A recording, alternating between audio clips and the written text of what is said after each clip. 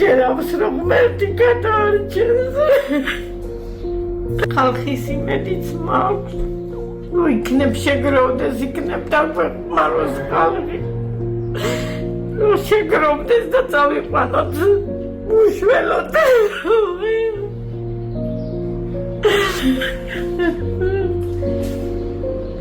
5 წლის ნიკოლოს დღეების წინ ღვიძლის სარკომა დაუდგინდა. ალბათ ხვდებით ეს რასაც ნიშნავს, თუმცა ამ საშინელების სიტყვებით თქმა ფონდში არ გვინდა. გორელი ბიჭუნა ახლა თბილისის ერთ-ერთ კლინიკაში სიცოცხლისთვის იბრძვის.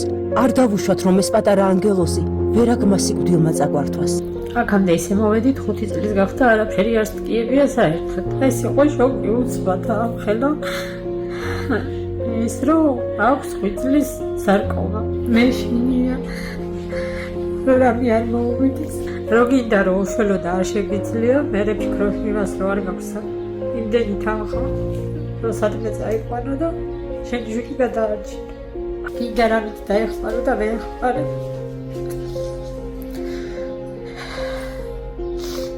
სასწრაფოდ გადასაყვანია საზღვარგარეთ. არ გვაქვს არანაირი საშუალება, რომელიც არის დიდსახსნებთან დაკავშირებული თანხებთან, რომ გადავიყვანოთ, ვუმკურნალოთ და გადავარჩინოთ.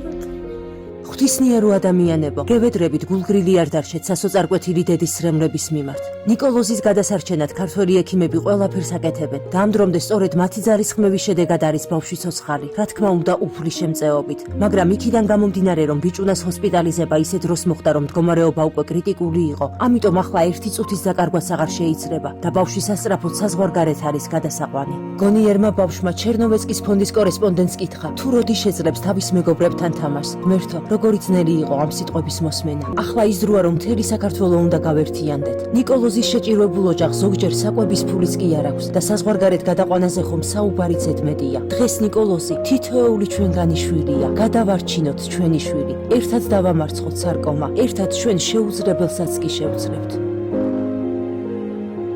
საზოგადოებას ვთხოვ დახმარებას. რითიც შეუძლიათ გვერდში დავუდგნენ და დაგვეხმაროთ, რომ გადავარჩინოთ ჩვენი შვილი.